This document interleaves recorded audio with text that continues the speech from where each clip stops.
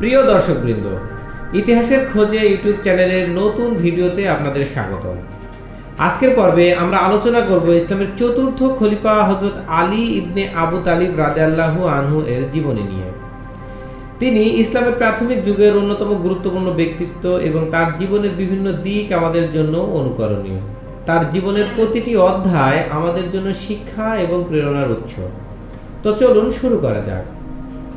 হযরত আলী ইবনে আবু তালিব রাদিয়াল্লাহু আনহু এর জন্ম হয়েছিল 599 খ্রিস্টাব্দে মক্কায়। তিনি ছিলেন কুরাইশ বংশের হাশিমি গোত্রের সদস্য এবং পয়গম্বর মুহাম্মদ সাল্লাল্লাহু আলাইহি সাল্লামের আপন চাচাতো ভাই।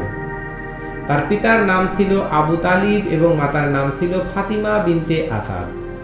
আলী রাদিয়াল্লাহু আনহু তার ছোটবেলা থেকেই প্রজ্ঞাবান, সাহসী এবং ন্যায়পরায়ণ ছিলেন। হযরত আলী রাদিয়াল্লাহু আনহু এর পরিবার ছিল মক্কার অন্যতম সম্মানিত পরিবার। তার পিতা আবু তালিব ছিলেন পয়গম্বর হযরত মুহাম্মদ সাল্লাল্লাহু আলাইহি ওয়াসাল্লামের চাচা এবং একজন প্রভাবশালী নেতা।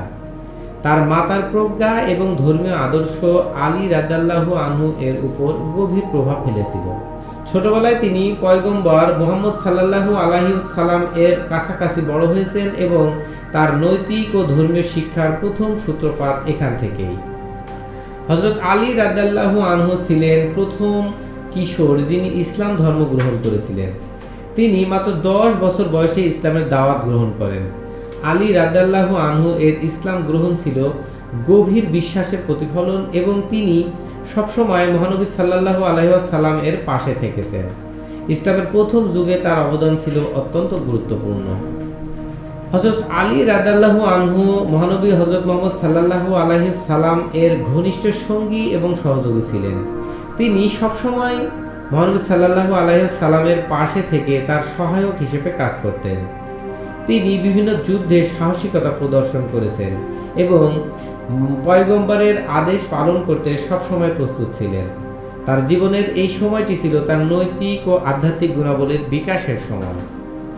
মক্কায় নির্যাতনের শিকার হয়ে মুসলমানরা যখন মদিনায় হিজরত করেন, হযরত আলী রাদিয়াল্লাহু আনহু সেই গুরুত্বপূর্ণ সময়ে মহানবী সাল্লাল্লাহু আলাইহি সাল্লাম এর সহায়ক হিসেবে কাজ করেন। তিনি সব সময় তার পাশে থেকেছেন। তিনি মদিনায় ইসলামের সম্প্রসারণে গুরুত্বপূর্ণ ভূমিকা পালন করেন। খায়বার যুদ্ধের সময় তার অসামান্য সাহসিকতা এবং নেতৃত্ব প্রদর্শন করেন। এই যুদ্ধে তার বীরত্ব তাকে মুসলমানদের মধ্যে বিশেষ মর্যাদা দান করে। হযরত আলী রাদিয়াল্লাহু আনহু ইসলামী সমাজে তার অসামান্য অবদানের জন্য পরিচিত। তিনি মহানবী সাল্লাল্লাহু আলাইহি সাল্লামের পরিবারের সদস্য হিসেবে মুসলিম উম্মার মধ্যে গভীর শ্রদ্ধা ও সম্মানের অধিকারী ছিলেন। তিনি বিভিন্ন সামাজিক ও প্রশাসনিক সংস্কারের নেতৃত্ব দিয়েছেন এবং ইসলামের প্রচার ও প্রসারে গুরুত্বপূর্ণ ভূমিকা পালন করেছেন। মহানবী হযরত মুহাম্মদ সাল্লাল্লাহু আলাইহি সাল্লাম এর মৃত্যুর পর হযরত আলী রাদিয়াল্লাহু আনহু মুসলিম উম্মার অন্যতম প্রধান নেতা হয়ে ওঠেন। তিনি খলিফা নির্বাচনের প্রক্রিয়ায় অংশ নেন এবং হযরত আবু বকর রাদিয়াল্লাহু আনহু, হযরত উমর রাদিয়াল্লাহু আনহু এবং হযরত উসমান রাদিয়াল্লাহু আনহু এর শাসনামলে গুরুত্বপূর্ণ ভূমিকা পালন করেন। তার জ্ঞান, প্রজ্ঞা এবং ন্যায়পরায়ণতা তাকে মুসলমানদের মধ্যে আরও বেশি প্রিয় করে তোলে। 656 খ্রিস্টাব্দে হযরত উসমান রাদিয়াল্লাহু আনহু এর শাহাদাতের পর হযরত আলী রাদিয়াল্লাহু আনহু মুসলমানদের চতুর্থ খলিফা হিসেবে নির্বাচিত হন। তার খলিফাতকাল ছিল ইসলামী ইতিহাসের একটি অত্যন্ত গুরুত্বপূর্ণ অধ্যায়। তিনি খলিফা হিসেবে তার শাসনামলে ন্যায় বিচার, সমতা এবং প্রশাসনিক দক্ষতা প্রদর্শন করেন। তার শাসনকাল ছিল চ্যালেঞ্জিং এবং বিভিন্ন গোষ্ঠীর মধ্যে সংঘাতপূর্ণ। হযরত আলী রাদিয়াল্লাহু আনহু এর শাসনকাল ছিল সংঘর্ষপূর্ণ এবং রাজনৈতিক অস্থিরতার সময়। তার শাসনামলে বিভিন্ন বিদ্রোহ এবং গৃহযুদ্ধ সংঘটিত হয়। বিশেষ করে জামাল যুদ্ধ, সিফিনের যুদ্ধ এই সময়ের উল্লেখযোগ্য ঘটনা। তিনি সবসময় শান্তি ও স্থিতিশীলতার জন্য প্রচেষ্টা চালিয়ে গেছেন এবং মুসলমানদের মধ্যে ঐক্য বজায় রাখার জন্য সর্বদা কাজ করে গেছেন। হযরত আলী রাদিয়াল্লাহু আনহু এর শাসনামলে ন্যায় বিচার এবং প্রশাসনিক দক্ষতা ছিল অত্যন্ত প্রশংসনীয়। তিনি সবসময় বিচার প্রার্থী এবং অসহায়দের পক্ষে কাজ করেছেন এবং সমাজে ন্যায় বিচার প্রতিষ্ঠায় অবিচল ছিলেন। তার ন্যায়পরায়ণতা এবং নেতৃত্বের গুণাবলী তাকে মুসলমানদের মধ্যে বিশেষ মর্যাদায় অধিষ্ঠিত করে। হযরত আলী রাদিয়াল্লাহু আনহু ইসলামী শিক্ষা ও দর্শনের বিকাশে গুরুত্বপূর্ণ ভূমিকা পালন করেছেন। তিনি বহু হাদিস বর্ণনা করেছেন এবং ইসলামী আইনের প্রতিষ্ঠায় তার অবদান অসামান্য। তার জ্ঞান ও প্রজ্ঞা ইসলামের বিভিন্ন শাখায় আলোড়ন সৃষ্টি করে এবং তিনি মুসলিম পণ্ডিতদের মধ্যে অন্যতম প্রধান ব্যক্তি হিসেবে পরিচিত হন।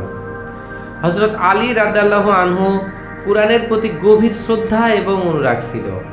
তিনি কুরআনের পাঠভেদ সংরক্ষণ এবং প্রচারে গুরুত্বপূর্ণ ভূমিকা পালন করেছেন।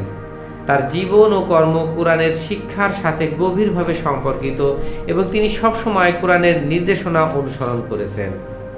661 খ্রিস্টাব্দে হযরত আলী রাদিয়াল্লাহু আনহু এর বিরুদ্ধে বিদ্রোহীরা তার উপর আক্রমণ করে এবং তাকে শহীদ করে।